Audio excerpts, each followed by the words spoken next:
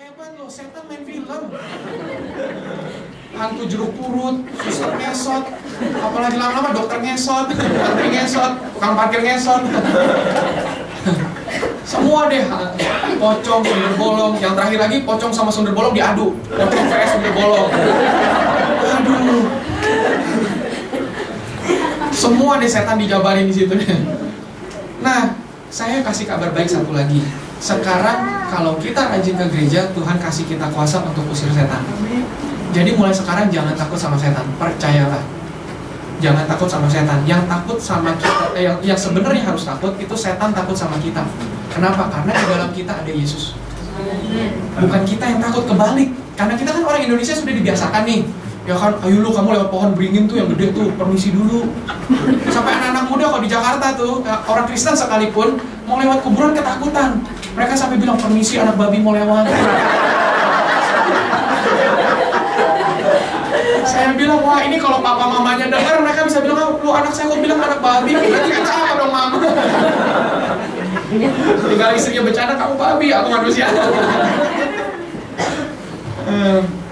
Harusnya yang sekarang kita udah dengar nih kabar baik ini. Harusnya yang berkata permisi anak babi mau lewat adalah setan mau lewat depan Yohanes. Setelah saya tahu tentang firman Tuhan ini, saya jujur dulu saya takut sama setan, jujur. Saya orang yang takut sama setan. Tapi setelah saya ngerti firman Tuhan, saya udah gak pernah takut lagi. Contoh nih, kesaksian nih, mateng nih, masih hot from the oven. Kemarin malam kan kita habis Bible study sebentar nih di gereja nih sama beberapa pelayan Tuhan. Saya balik ke hotel, saya tahu ada kuasa yang mau ganggu saya di hotel. Saya waktu itu ngerasa nih, wah ada yang gak benar nih, ada yang mau ganggu. Tapi saat itu saya udah tahu, gak takut. Kalau dulu saya langsung merinding, langsung udah, pegang Alkitab nyari-nyari ayat, langsung bahasa roh. Sekarang saya udah gak takut lagi. Kenapa? Karena saya tahu satu kebenaran begini, saya ceritakan nih. Ini rahasia perusahaan setan, saya beberkan nih. Jadi Bapak Ibu Saudara, di dalam dunia persetanan, jadi yang punya dunia itu bukan hanya persilatan, setan pun juga punya. Jadi dalam setan itu, ternyata saya menemukan mereka itu punya tingkatan. Mereka punya level.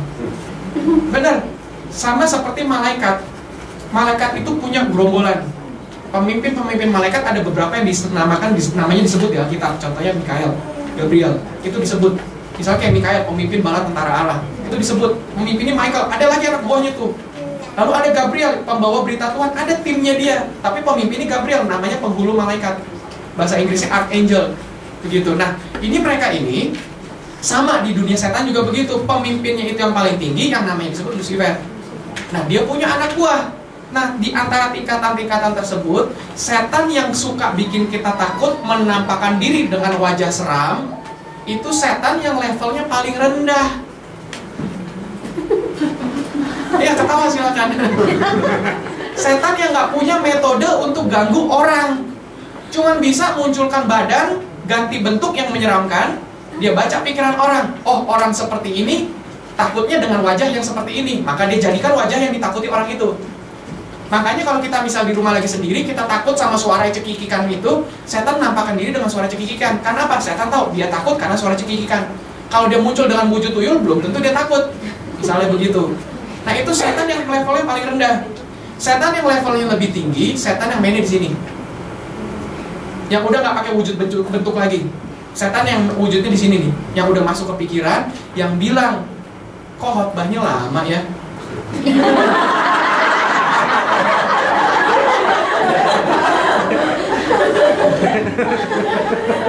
Atau setan yang dipikiran bilang begini, udah majikan lagi nggak ada, kerja nggak usah serius lah.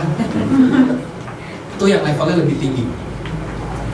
Lalu yang bilang lagi, udah bisa korupsi aja, ada kesempatan kok. Nah, itu yang setan levelnya lebih tinggi. Kita orang Kristen nggak level main sama setan yang hantu-hantu. Amin. Makanya mulai sekarang jangan takut sama setan. Saya sejak ngerti itu nggak pernah takut lagi. Kayak kemarin di hotel, saya udah nggak takut lagi. Aduh, ada perasaan nggak enak nih. Bahkan saya udah nggak perlu kencing lagi karena saya udah nggak takut. Dalam hati saya bilang nih, coba engkau nampakkan diri, kamu tahu saya sebut nama siapa. Jadi mendingan gak usah macam-macam. Jadi saya waktu itu sambil sikat gigi tadi pagi, saya ingat-ingat lagi kejadian kemarin malam sambil bercanda sama diri sendiri. Saya bilang gini, pasti itu setan salah alamat. Dia mungkin mau ganggu nih di kamar saya. Dipikir, wah ini ada orang apa gitu, dia mau ganggu. Pas udah masuk, pendeta. Salah, dia nggak jadi keluar lagi. Aduh. Jadi Bapak Ibu mulai sekarang, kalau misalnya di rumah nih ada setan, ingat kita punya kuasa. Kita bilang, iblis dalam nama Yesus keluar. Saya hitung sampai 3 nih. Pasti kabur, percayalah. Jadi nggak usah takut sama setan. Amin. Nggak usah takut sama setan. Setan tuh yang takut sama kita karena ada Yesus dalam diri kita. Nah ini yang saya mau sampaikan buat kita semua. Kadang-kala kita tuh nggak tahu begitu loh. Di iklim Indonesia kan sudah dikondisikan kita takut sama setan. Udah dibalik faktanya. Faktanya tuh yang sebenarnya setan takut sama kita. Jadi mulai sekarang nggak usah takut sama setan. Amin. Setan takut sama kita. Bapak Ibu misalnya nih pindah ke apartemen baru, misalnya ngontrak di tempat yang baru. Memang kan kita harus pertama ucap syukur dulu. Terima kasih Tuhan, aku punya rumah baru atau tempat baru. Yang kedua kita doa supaya jangan sampai penghuni sebelumnya punya kuasa kegelapan.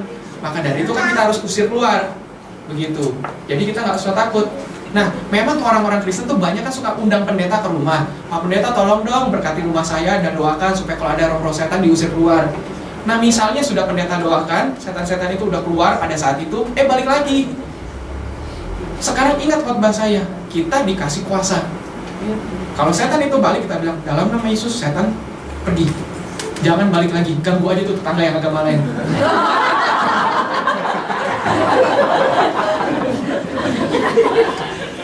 Saya udah ngerti begitu, sekarang udah gak pernah takut. Misalnya nih contoh nih, piring melayang nih di rumah, melayang sendiri. Dulu mah saya bisa lari terkencing-kencing kali. Sekarang udah nggak lagi. Kalau piring melayang misal dari dapur ke meja makan melayang piring, saya cuma bilang, kok cuma piring doang, mana gelasnya? Udah piring plok, menclok gelasnya. Saya bilang, aduh dasar kok gelas doang nggak diisi air.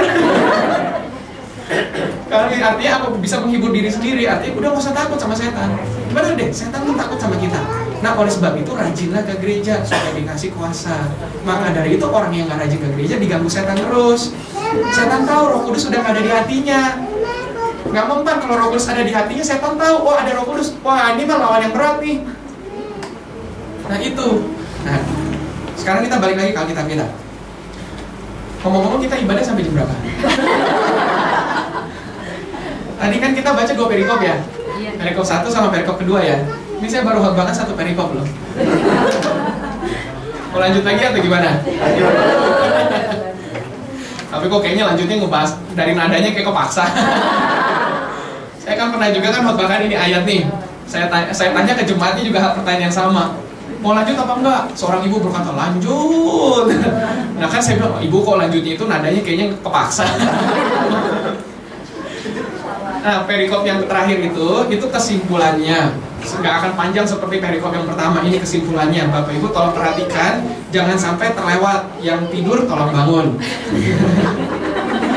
Ini perikop yang terakhir. Nggak, dari sini nggak ada yang tidur kok. Perikop yang terakhir berkata begini. Judulnya kan Yesus menampakkan diri kepada Thomas. Tetapi siapa? Thomas, seorang dari ke-12 murid itu yang disebut Didimus. Kenapa dia? Tidak ada bersama-sama mereka ketika Yesus datang ke situ. Nah, ayat 24 ini kita dapat informasi bahwa pertemuan pertama hari Minggu seperti hari ini, Thomas nggak ada. Ya, sekarang saya mau cek nih pengetahuan kita sedikit.